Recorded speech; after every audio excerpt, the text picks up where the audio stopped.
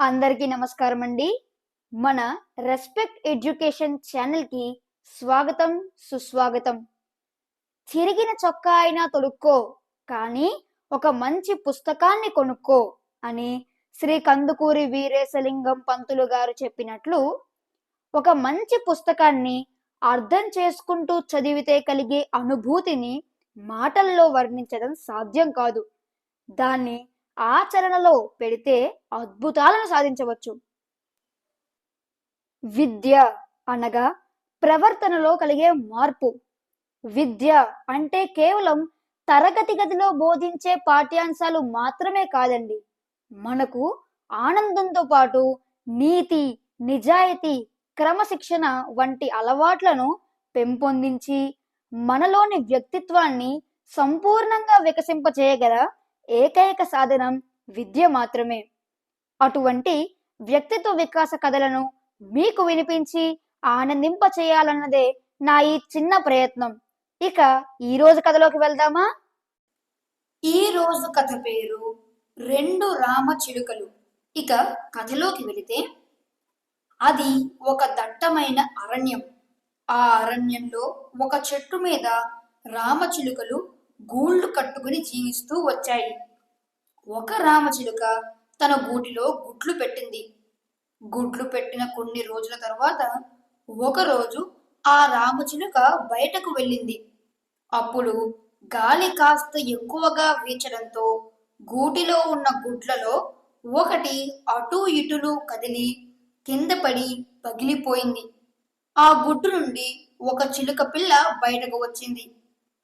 అప్పుడే గుడ్డు నుండి పిల్ల బయటకు రావడం వలన దాని ఒంటికి గుడ్డులోని సొన అంటుకుని ఉంది. కొద్దిసేపటి క్రితమే గుడ్డు నుండి అప్పుడే పుట్టిన చిలుక పిల్ల బయటకు వచ్చినందున దానికి ఎగరడానికి, స్వయంగా తానే ఆహారం వెతుక్కోవడానికి సాధ్యం కాలేదు.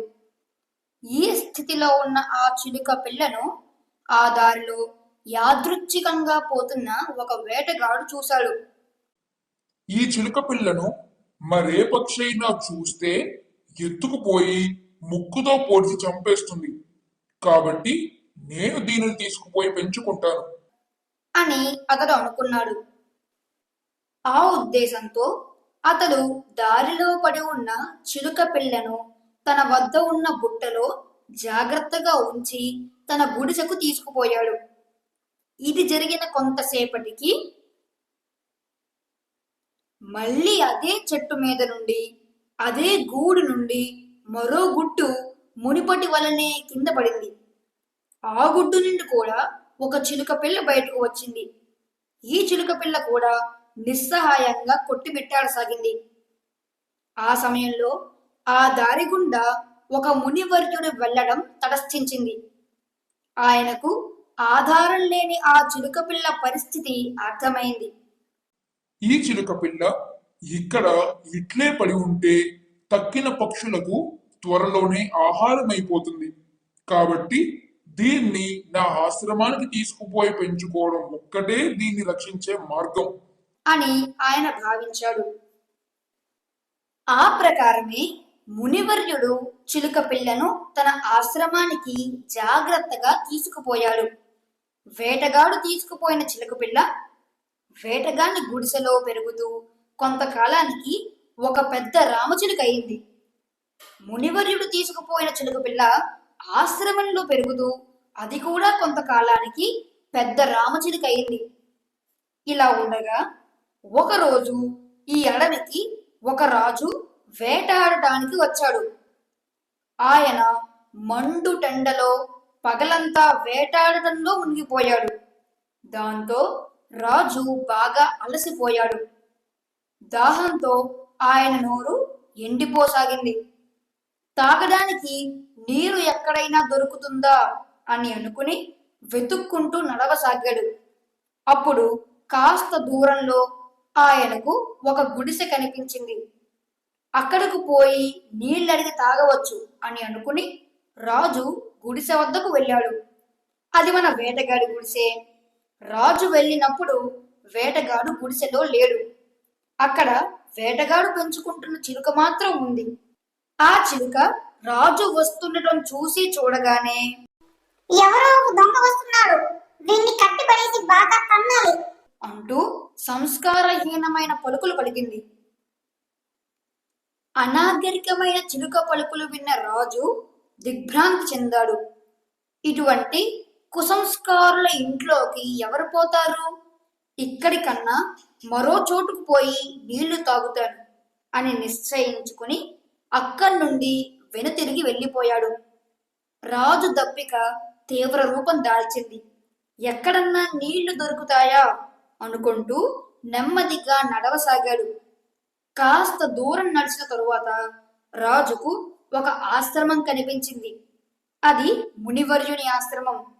బతుకు జీవుడా అనుకుంటూ రాజు ఆశ్రమానికి వెళ్ళాడు. అప్పుడు ముని ఆశ్రమంలో లేడు. మునివర్యుడు పెంచుతున్న చిలుక మాత్రం ఆశ్రమంలో ఉంది. రాజు రావడాన్ని చిలుక చూసింది.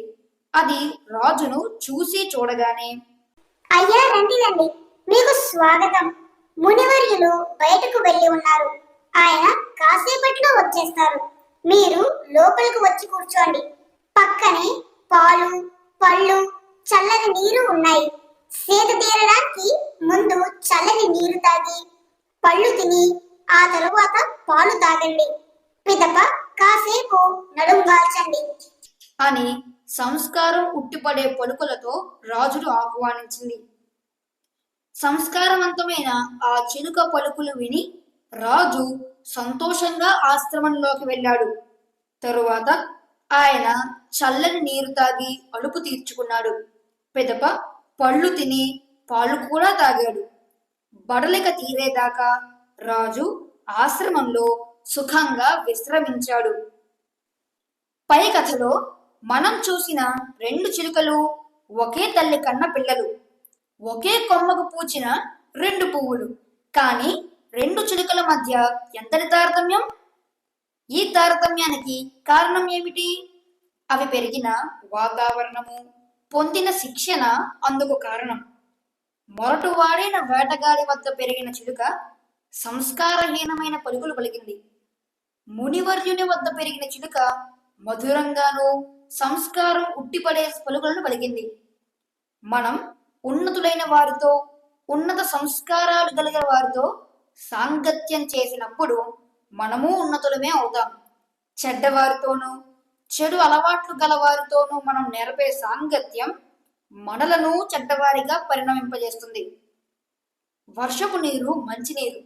అది నల్ల రంగు మన్ను గల చోట నిలవ ఉంటే నల్లగా ఉంటుంది. అదే నీరు ఎర్ర రంగు మన్ను గల చోట నిలవ ఉంటే ఎర్రగా ఉంటుంది. ఈ తారతమ్యం వర్షపు నీరు నిలవ ఉండే చోట గల మట్టి రంగు కారణంగా ఏర్పడుతుంది. ఈ విధంగానే మనం ఏర్పరచుకునే పరిస్థితి మేరకు మన నైజం మంచిగానో చెడుగానో పరిణమిస్తుంది. మురికి నీరు మురుగు కాలవలో చేరితే అది మురికి నీరుగానే ఉంటుంది. అదే మురికి నీరు గంగా నదిలో చేరితే అది పావన గంగా జలం అయిపోతుంది. ఇది చిన్నవారు పెద్దవారితో నెరపే సాంగత్యం వలన వారు పెద్దవారు అవడం సాధ్యమని చూపుతోంది. అందుకే పువ్వుతో చేరిన నార కూడా పరిమళిస్తుంది అని పెద్దలు చెబుతుంటారు. జన్మతః రాక్షసుడే అయినప్పటికీ విభీషణుడు రాముని సాంగత్యం నెరపి శాశ్వత కీర్తిని సముపార్జించుకున్నాడు. దుర్యోధనుని సాంగత్యం వలన కర్ణుడు నేరచరితుడిగా నిలిచిపోయాడు.